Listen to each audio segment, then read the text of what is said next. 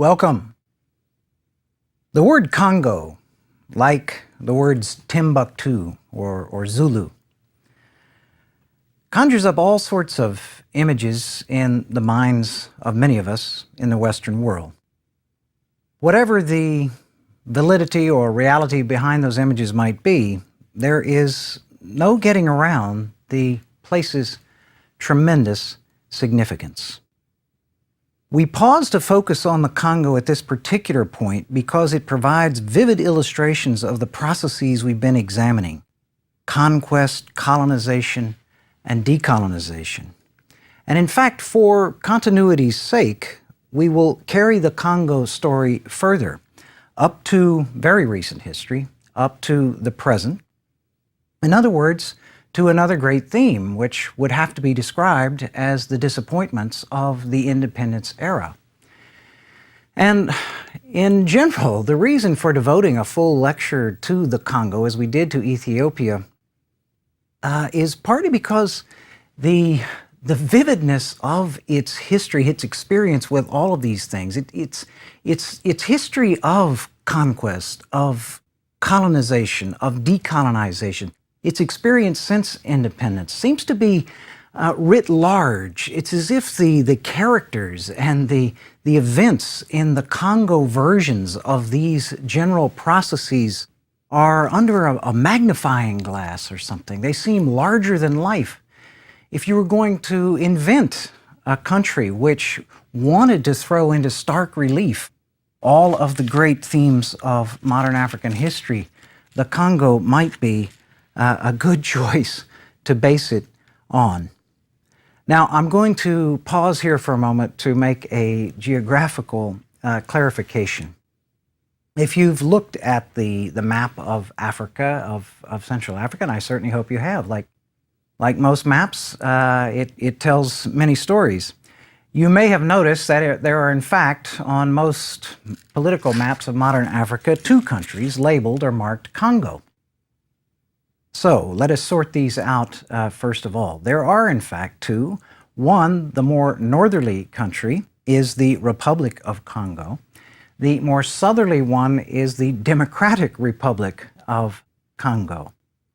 The Republic of Congo, which is more easily referred to as Congo-Brazzaville after its capital city, was a French colony created as a part of during the scramble then, and one of the territories which fell to France as part of French Equatorial Africa. The other, again, perhaps easiest to refer to as Congo-Kinshasa, was begun, as we'll see in a moment, by Belgium's King Leopold and eventually became the Belgian Congo. After independence, known as the Congo for a time, its name, just to further muddy the waters, changed in 1971 by its ruler of the time to Zaire, which is a corrupted version of a name for the Congo or Zaire River. And it stayed Zaire for about a quarter of a century until the ruler whom we'll meet was evicted from power and the country's name changed back to Congo. So I will be referring in this lecture to the Congo-Kinshasa, the former Belgian Congo, the country known as Zaire, and now known again as Democratic Republic of Congo. Now, perhaps the place to start is with some geographical realities. The Congo is a huge place. It straddles the equator, and as most of you know, the countries that are in that bulge of the Earth's middle often get underrepresented, in a sense, in two-dimensional maps. In fact, the Congo-Kinshasa, is as big as the United States east of the Mississippi River. It encompasses a great portion of the world's second largest rainforest, vast savanna belts which run below that rainforest. In the east, we see some of the manifestations of the Great Rift that we talked about early in the course, and major mountain ranges and lakes are part of the geography in the east. In terms of its human geography and history, this vast region was home to numerous major Bantu kingdoms, such as the Luba, the Lunda, the Kuba. With all of this diversity, with this massive scale, perhaps it is little wonder that the Congo has proven to be such a challenge. Now, the modern Congo originates with the rather amazing, almost incredible, and still shocking tale of Belgium's King Leopold II, a man of gargantuan appetites, of huge ambition. Leopold never set foot in the Congo, nor in Africa, but was ultimately responsible for the devastation of the lives of millions. I hope to show that I don't believe that's an exaggeration. And in some respects, he started the country down a path from which, in some respects, it has never recovered. Now, Leopold ascended the throne of Belgium in 1865 upon his father's death, and after a childhood in which he appears to have been, or at least felt, starved of love, as you can imagine, like Shaka Zulu and Cecil Rhodes. He's been the stuff or the object of a number of amateur psychohistorical treatments. He was, I mentioned, gargantuan ambitions. He was a man of gargantuan appetites in the most literal sense. His usual breakfast consisted of 6 poached eggs, an entire rack of toast, and an entire jar of marmalade, matched by lunches and dinner of equal scale. In modern terms, he would probably be called an obsessive compulsive. He was one of those who washed his hands dozens of times a day, who insisted that the tablecloths be boiled after each meal, who, perhaps most curiously, wrapped a bag around his quite lengthy beard when he went out in public if there was dampness or rain. It may be that the felt deprivations or hollowness of his childhood led him to seek fulfillment, to seek validity with grandiose projects. Apparently the kingship of Belgium was not enough. It was a small country after all, and nothing on the scale of the power of Britain or France. To pursue these dreams then, Leopold increasingly turned toward Africa and becomes a major player, a major figure in the scramble for Africa, which we looked at earlier in the course. As early as 1877, before the scramble really has taken off, he wrote to one associate, "I mean to miss no chance to get my share of this magnificent African cake." This magnificent African cake. It's a rather nice image, a useful image, I think, for the era of the scramble for Africa. Now, his first vehicle in doing this was an association which he founded called the International African Association. And he put it forth in a series of meetings very adroitly.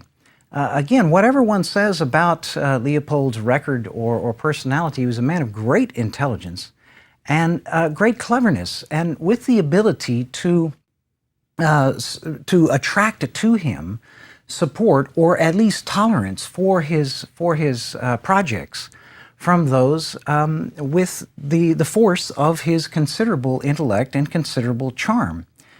He put the International African Association forward as essentially a philanthropic project.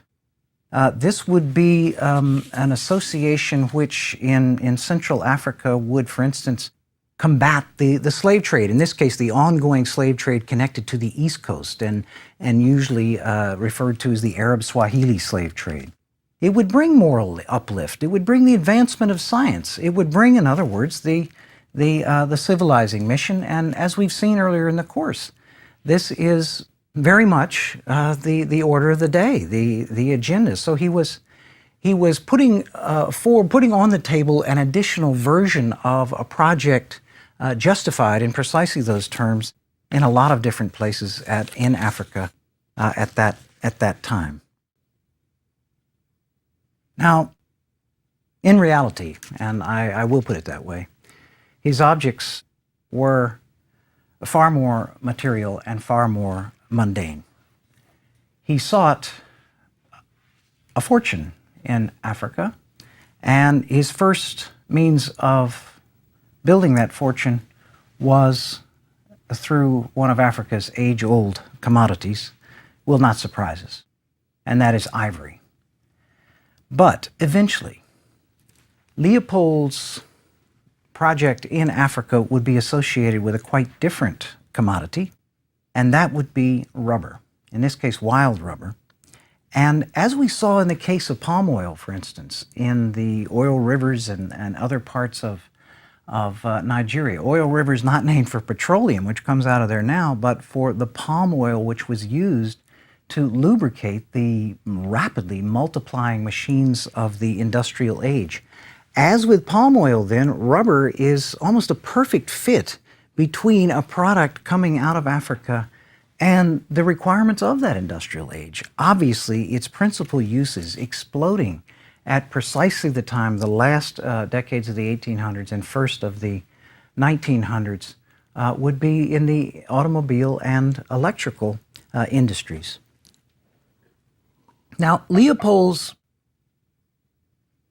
territory in Africa came to be known as the Congo Free State, and it was something unique. This was his colony. It was not the possession until later in the story, from 1908 on. It was his personal colony in the center of Africa. So this is not an example of a competition as part of that scramble between governments, as it is a remarkable individual's role in carving out his own Central African territory. Now, his principal agent was none other than someone we've met before. He was born John Rowlands out of wedlock in Wales, but eventually, after travels in America and in Africa, was known to the world as Henry Morton Stanley. And of course, he was the man who found Livingstone, and we met him before in that case.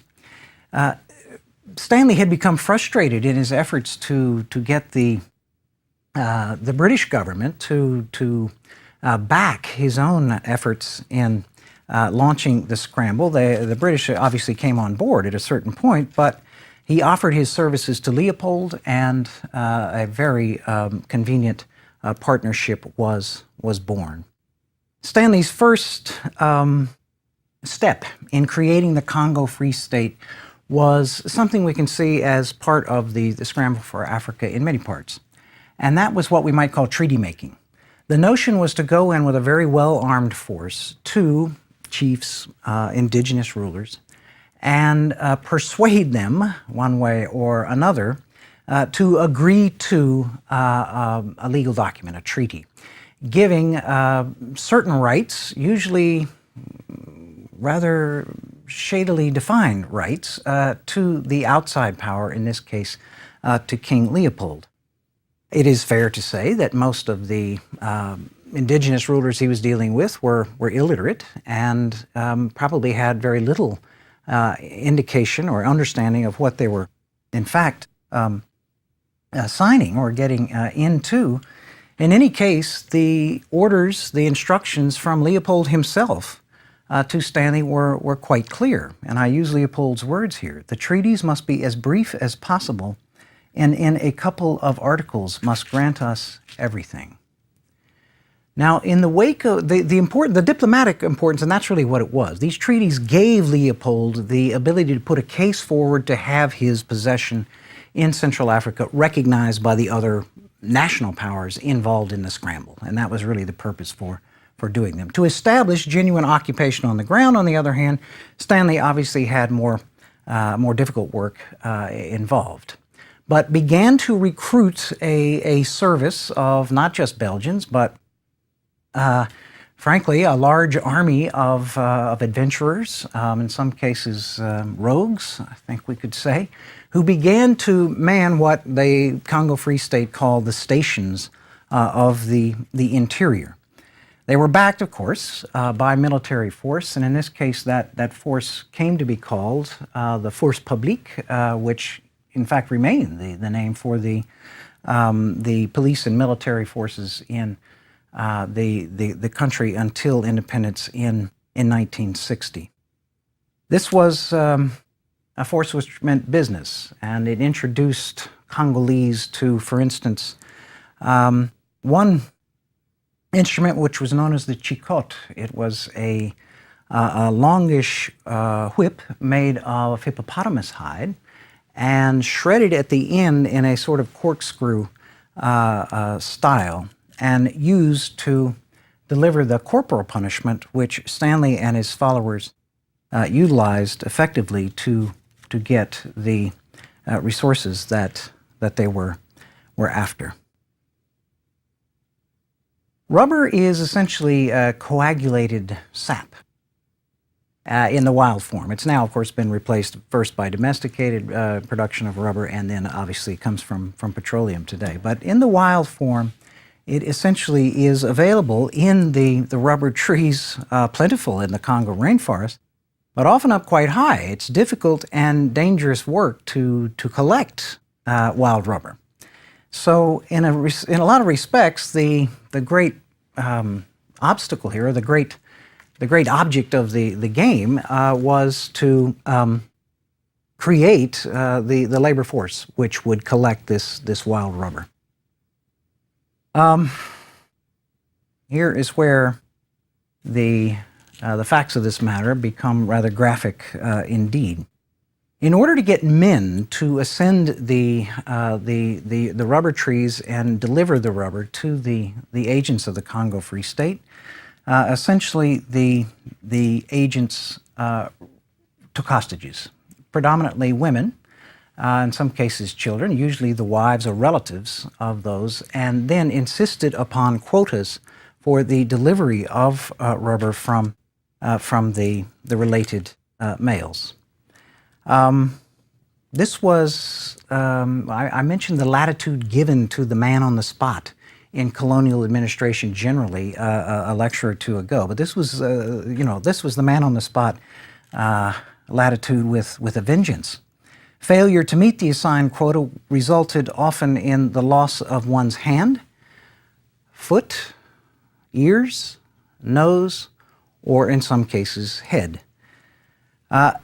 Eventually, whistles began to be blown, and one of the most remarkable of these was the African-American journalist, later historian, George Washington Williams, who actually bought into Leopold's project quite a bit, but went in 1889 to prepare a journalistic report and returned with a bitter open letter which he published about the king, suggesting that the king had in fact been engaging in the slave trade himself internally there. And as Stanley Williams said, his name produces a shudder among these simple folk when mentioned. They remember the broken promises, his copious profanity, his hot temper, his heavy blows, his severe and rigorous measures by which they were mulcted of their lands. Williams was followed by others.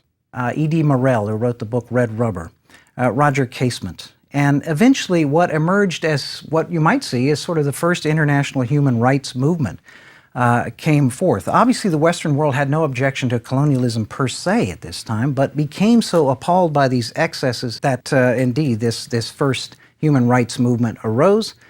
The pressure eventually led to Leopold turning the Congo over to the Belgian government in 1908. The depopulation from killings, from starvation, from exhaustion, from disease, from plummeting birth rates, was estimated by one scholar, and this is Jan Fonsina, one of the very senior scholars, formerly professor at University of Wisconsin.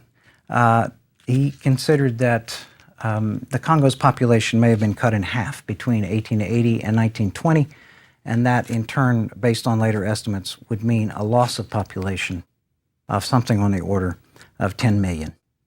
Now, for the next half century, the Belgians reigned over a generally quiet colony. In fact, the Belgian government delegated a substantial amount of its responsibility. The Catholic Church played a huge role, even greater than that missionaries played in other places, not just in education, but certainly in health as well. The Belgians granted gigantic monopoly concessions over vast regions to private firms. Most importantly, Union Minière held exclusive rights over the colony's most lucrative source, copper from the Katanga region.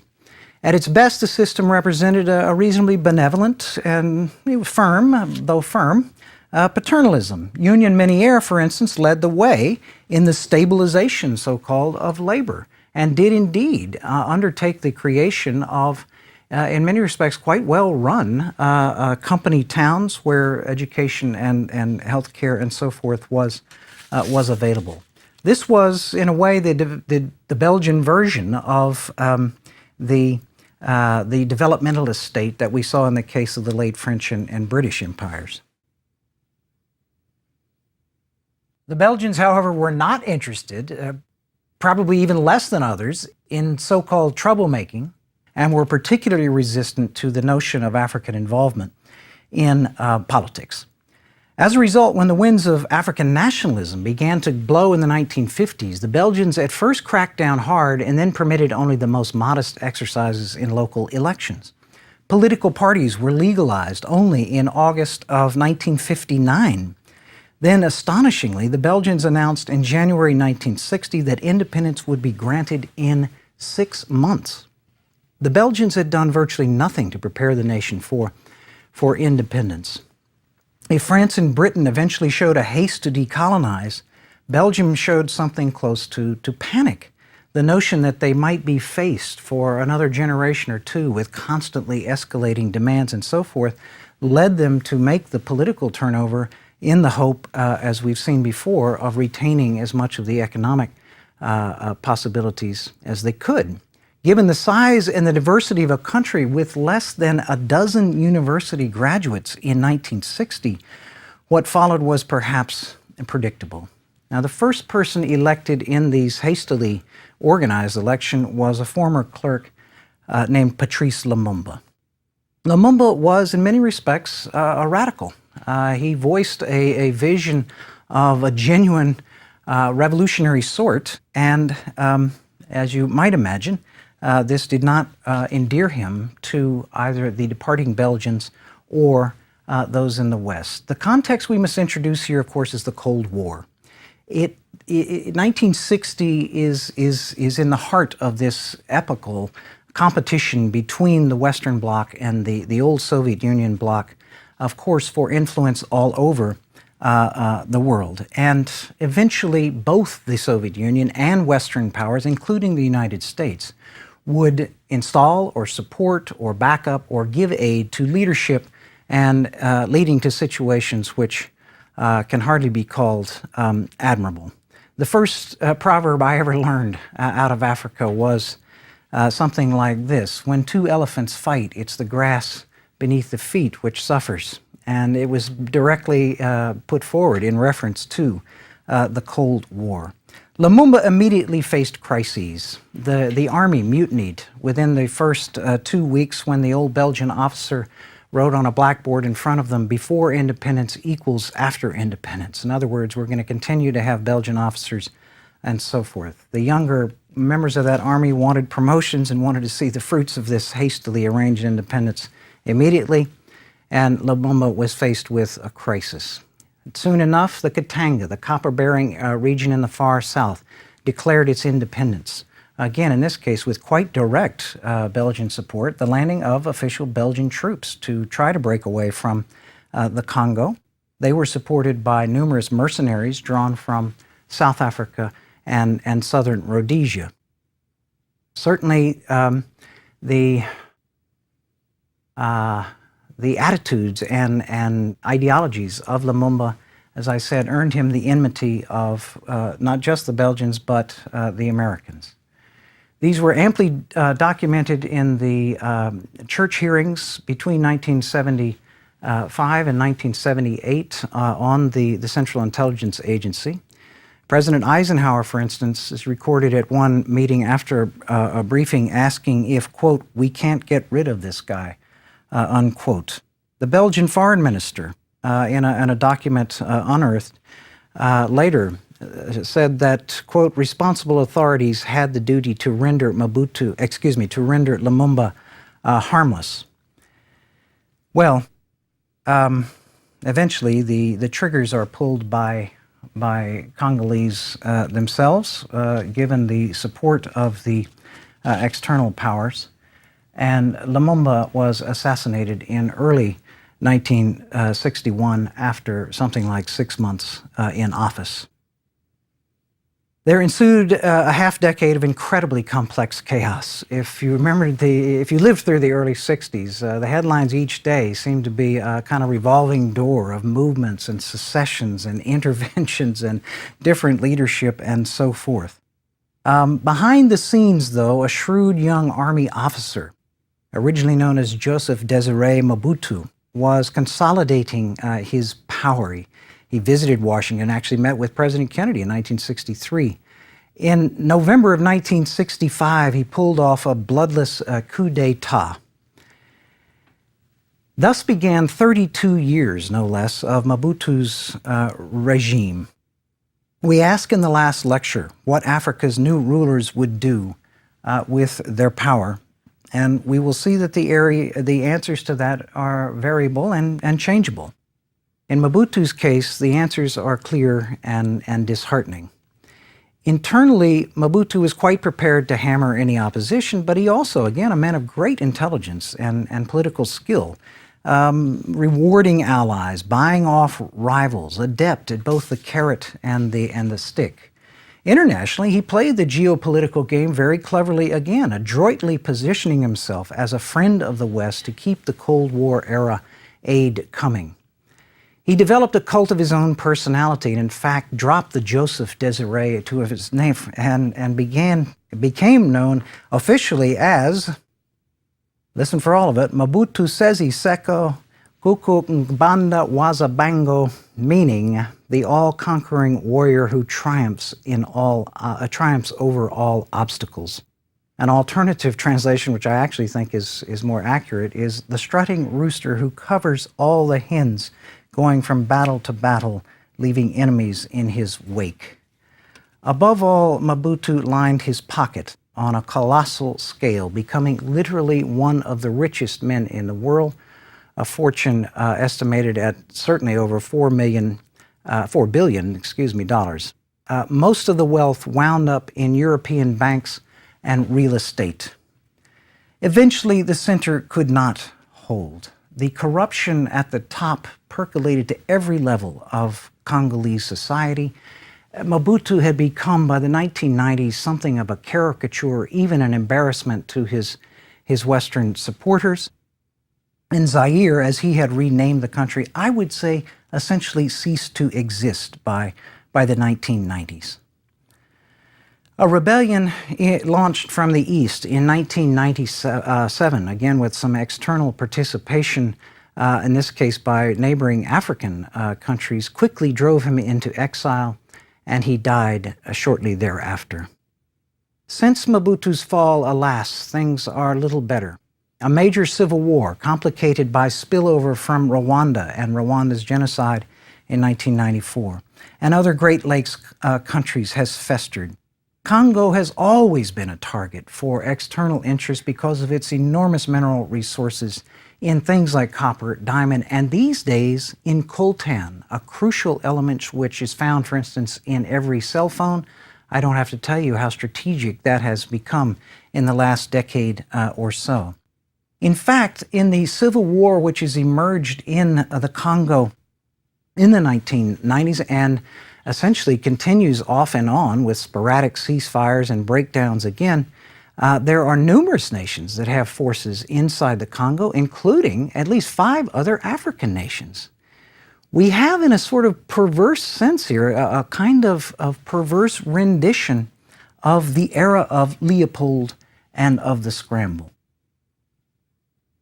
As you might imagine, over the years I've had a great number of students in my classes, ordinary undergraduate classes from Africa. And as you might imagine, I rely on them, I turn to them, I ask them to supplement my obviously limited knowledge with their own. I often ask them to give presentations about their countries. I have to say the only ones I've ever seen break down in tears for their home countries are the students who have begun to tell their fellow students about the Congo. Let us hope that the next generation brings better times. Thank you.